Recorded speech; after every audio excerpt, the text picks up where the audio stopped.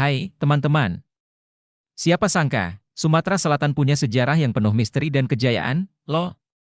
Dari masa kerajaan Sriwijaya hingga kini memiliki 17 kabupaten dan kota, perjalanan daerah ini sungguh menarik untuk disimak. Sebelum kita mulai, jangan lupa untuk follow, subscribe, komen, like, dan share video ini ke semua orang.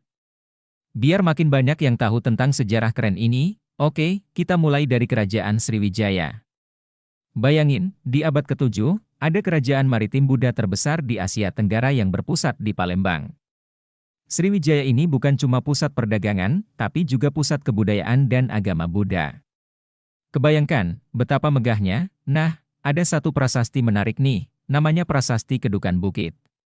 Ditemukan di Bukit Siguntang, prasasti ini bertanggal 16 Juni 683 Masehi dan mengukuhkan Palembang sebagai kota tertua di Indonesia. Keren, kan? Esyenai Remaestapi, semua yang naik pasti turun. Setelah berabad-abad berjaya, Sriwijaya mulai meredup di abad ke-14.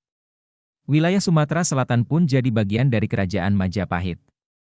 Perubahan ini membawa pengaruh budaya dan agama yang berbeda ke daerah ini. Masuk ke abad ke-16, Islam mulai menyebar luas di Sumatera Selatan. Palembang pun jadi pusat penyebaran agama Islam di wilayah ini. Perubahan ini tentunya mempengaruhi budaya dan kehidupan masyarakat setempat. Lompat ke era kolonial, Sumatera Selatan gak lepas dari pengaruh penjajah. Belanda dan Jepang silih berganti menguasai wilayah ini. Tapi, semangat perjuangan rakyat Sumatera Selatan gak pernah padam hingga akhirnya Indonesia merdeka. Setelah kemerdekaan, tepatnya pada 12 September 1950, Provinsi Sumatera Selatan resmi dibentuk. Awalnya, wilayahnya mencakup Bengkulu, Lampung, dan Kepulauan Bangka Belitung. Tapi, seiring waktu, daerah-daerah tersebut memisahkan diri dan membentuk provinsi sendiri. Sekarang, Sumatera Selatan punya 17 kabupaten dan kota. Masing-masing punya cerita dan julukan unik, loh.